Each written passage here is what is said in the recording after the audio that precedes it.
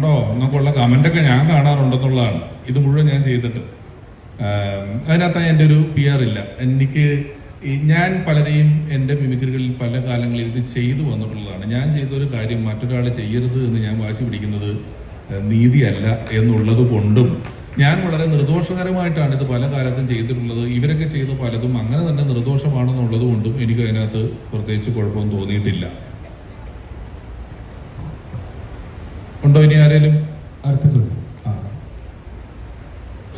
മറ്റൊരു ധീരൻ.